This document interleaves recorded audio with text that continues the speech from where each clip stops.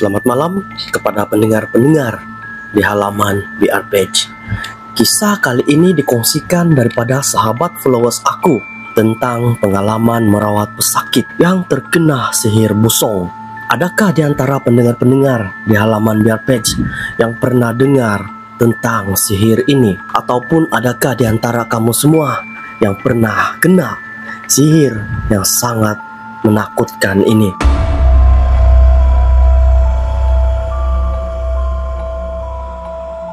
Dijadikan cerita, semasa aku berumur 21 tahun, pada tahun 2014, aku selalu terlibat dalam merawatan kerasukan, exorcism, sebagai pembantu. Santau busong, boleh dikatakan tidak boleh dihancurkan. Jika perut mangsa masih kecil dan kita dapat kesan awal, mungkin boleh sembuh, tetapi jika sudah besar, akhirnya pecah dan mangsa akan mati. Tujuan sihir ini adalah untuk membunuh mangsa. Persoalannya, apa yang ada dalam perut mangsa? Aku pernah menemani kawan aku, abang dia seorang perukia. Dia dalam kategori perukia modern. Abang dia mendapat panggilan daripada seorang lelaki tua. Lelaki itu memintanya untuk datang ke rumah untuk merawat anak perempuannya yang hampir mati. Dia memberitahu anak perempuannya difitnah orang kampung. Mereka menuduhnya mengandung. Sebaik saja kami tiba di perkarangan rumah. Rumah itu diperbuat daripada kayu, sejenis rumah kampung bertiang. Apa yang aku maksudkan di sini ialah lantai rumah tersebut bukanlah daripada simen yang menutupi tanah. Lantai diperbuat daripada papan dan rumah di atas. Kami perlu menaiki tangga untuk masuk ke dalam rumah. Rumah berkaki atau bertiang dibina bagi mengelakkan daripada air banjir masuk ke dalam rumah. Orang kampung kalau Melayu memang suka ternak ayam, itik dan juga angsa. Apabila kami tiba di rumah dia, kami melihat seekor kucing di tangga. Masa tu abang kawan aku bagi tahu, kalau nampak atau dengar apa-apa abaikan saja. Masa tu kami baru keluar dari kereta. Sebaik saja aku membuka pintu kereta, aku tertumpuk menghadap reban ayam. Untuk pengetahuan semua, di sebelah rumah dia terdapat reban ayam, manakala di sebelah lagi pula terdapat reban itik. Di belakang reban ayam terdapat semak dan ladang getah.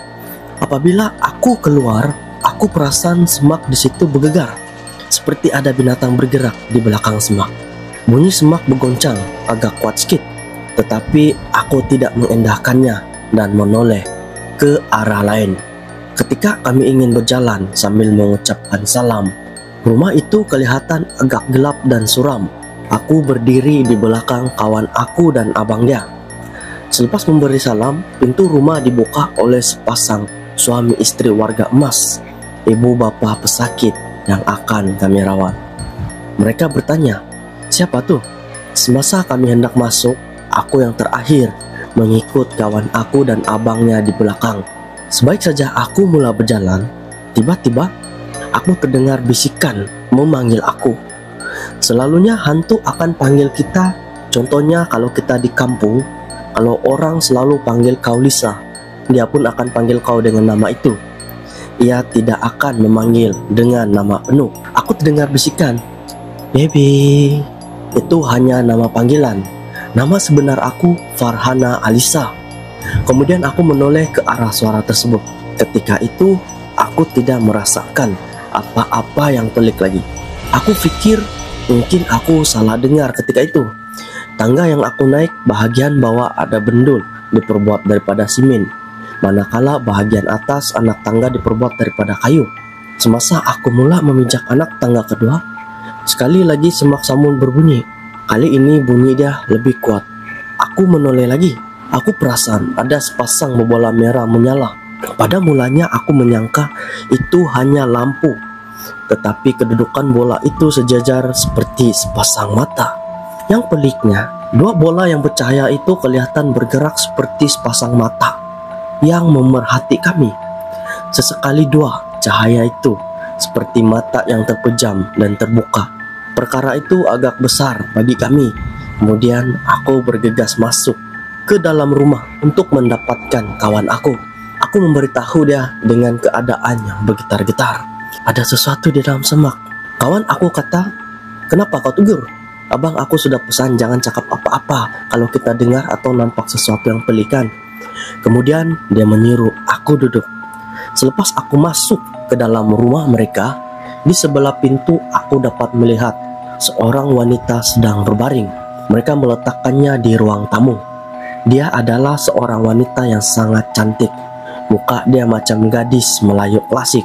Bayangkan, semasa kami masuk melalui pintu, kaki pesakit menghala ke arah kami. Perut dia kembung dan tinggi sehingga menutupi muka dia. Aku kemudian duduk di sebelah dia. Wanita itu menangis. Di tangan dia ada tasbih sambil bibir dia berzikir memuji Tuhan. Ibu bapak dia kelihatan tua, dalam lingkungan 60-70-an. Bapak dia memberitahu kami, "Ustaz, aku harap kau dapat membantu merawat anak aku. Aku tidak tahu membuat apa lagi." Abang kawan aku menjawab, "Anak kau kena sihir. Ini sejenis sihir yang dipanggil busong." Aku terkejut dan bertanya kepada kawan aku, "Busong apa?" Kawan aku menjawab, "Tengok saja, tidak perlu tanya, nanti akan tahu juga." Kemudian abang kawan aku bertanya lagi, "Berapa lama dia sakit?" Bapak dia menjawab, "Perut dia sudah memuncit selama 4 bulan. Disebabkan ini, anak perempuan aku dihina oleh makcik dia. Malah makcik dia menyebarkan kabar angin kepada orang kampung. Dia menuduh anak perempuan aku berzina dan hamil luar nikah. Hingga akhirnya anak perempuan aku kemurungan dan malu untuk keluar rumah untuk pergi kerja. Apabila melihat perut yang buncit, abang kawan aku meminta izin kepada ibu bapak pesakit untuk membuka kain yang menutup perutnya. Dia meletakkan sehelai kain putih atau kain kafan pada perut pesakit. Kemudian dia meminta pertolongan aku. "Memandangkan kau perempuan, aku mau minta kau pegang perut dia sambil sholawat. Kau ikut saja apa yang aku suruh. Tapak tangan kau sapu perut dia, ikut pusingan lawan jam." Aku akur dengan arahannya. Apabila aku menyentuh perut pesakit, aku dapat merasakan permukaan perut itu berkedut seperti permukaan kulit limau purut. Di perut dia aku dapat merasakan kulit dia kembung dengan air besar. Dia menyambung semula, "Kau usap perut dia dulu, nanti aku bagi kau air. Lepas tu tolong usap perut dia." Apabila aku membasahkan perut dia dengan air dan mengusapnya, tiba-tiba perut dia mengeluarkan asap. Diibaratkan seperti kita menyimbah air ke atas egsos panas. Tetapi tapak tangan aku yang menyentuh perut dia tidak terasa panas pun. Kemudian aku menyela kain penutup perut dia untuk membasahi pinggang dia. Aku dapat lihat keadaan perut dia sungguh teruk, seperti ada sesuatu yang menggelegak, manakala permukaan kulit dia kelihatan seperti buah kelapa tua yang selalu kita jumpa di pantai. Dia macam sepok-sepok begitu. Perkara yang paling menakutkan ialah apabila kami merawat dia, pintu tingkap yang diperbuat daripada kayu dihempas. Tingkap tadi pada mulanya terbuka, tetapi seperti ada sesuatu yang marah menghempas pintu tingkap itu, tertutup dan terbuka balik. Aku menoleh ke arah tingkap yang terbuka. Aku melihat tubuh seorang wanita yang sangat tinggi berdiri di luar. Ketinggian dia boleh disamakan dengan Slenderman dari mitos orang barat. Di leher dia terdapat loket jade dan emas, batu oren bercahaya. Selalunya setahu aku kalau benda tu pakai cincin, maknanya benda tu tidak kosong. Ada sebab kenapa dia muncul. Kalau benda tu pakai loket pula, aku tidak tahu. Abang kawan aku pun boleh nampak. Dia suruh aku istighfar dan dia cakap, "Jangan tengok lama-lama benda tu." Dia macam tahu aku pun boleh nampak makhluk halus. Melalui tingkap, aku hanya dapat melihat dada dan leher kerana dia terlalu tinggi. Sebaik saja aku bersalawat dan ingin menyentuh pesakit, tiba-tiba aku terdengar suara merengus. Suara seperti perempuan yang sedang marah. Kemudian hembusan angin kuat menerpa masuk melalui tingkap dan bertiup ke dalam rumah.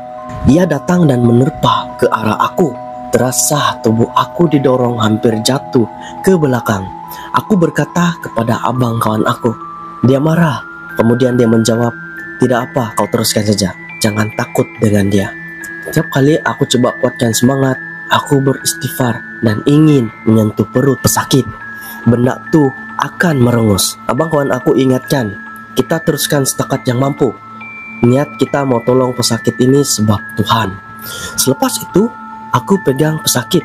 Aku suruh dia beristighfar kepada Tuhan sebanyak mungkin. Tiba-tiba, pesakit itu ingin bercakap dengan aku, tetapi dia tidak dapat bercakap dengan kuat. Dia sangat lemah dan tercungap-cungap. Dari mata dia seolah-olah memanggil aku. Kemudian aku merapatkan telinga aku di bibir dia. Dia berbisik, "Adik, dia datang."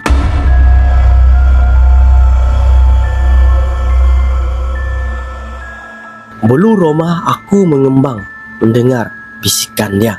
Cukup, kesabaran aku sudah habis.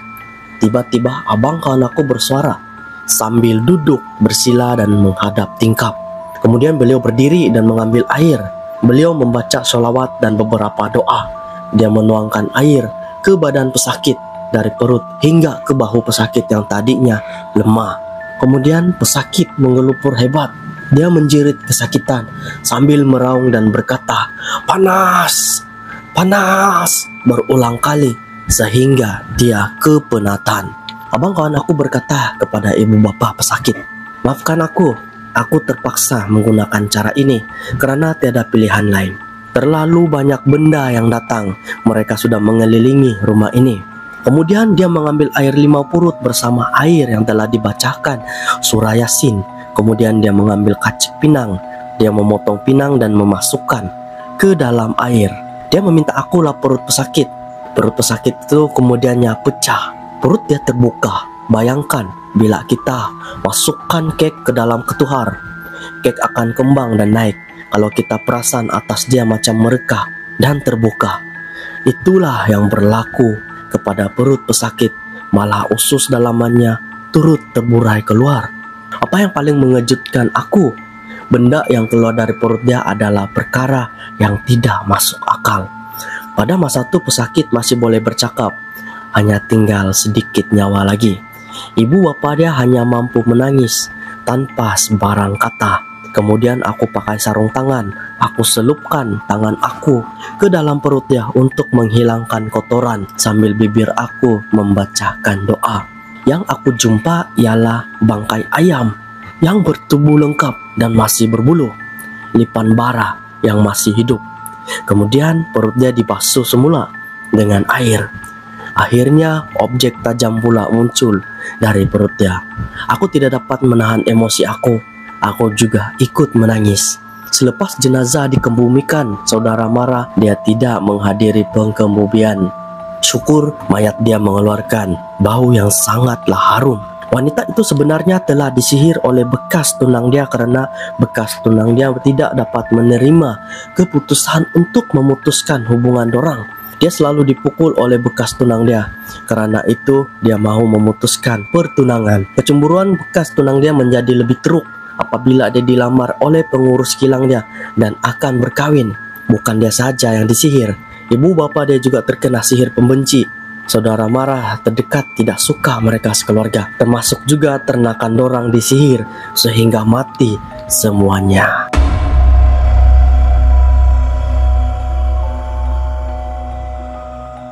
Sekian perkongsian BR Page pada malam ini. Jika Anda ada perkongsian, bolehlah kongsikan kepada admin menerusi laman Facebook admin Borneo Reaction ataupun menerusi Gmail admin selvin89 alias gmail.com. So kepada pendengar-pendengar di luar sana, jangan lupa subscribe YouTube channel aku Selvin Junior dan jangan lupa follow Facebook page Borneo Reaction dan jangan lupa share kepada teman-teman Anda di luar sana untuk lebih banyak cerita seram atau perkongsian kisah seram berdasarkan pengalaman pendengar-pendengar di halaman BR Page.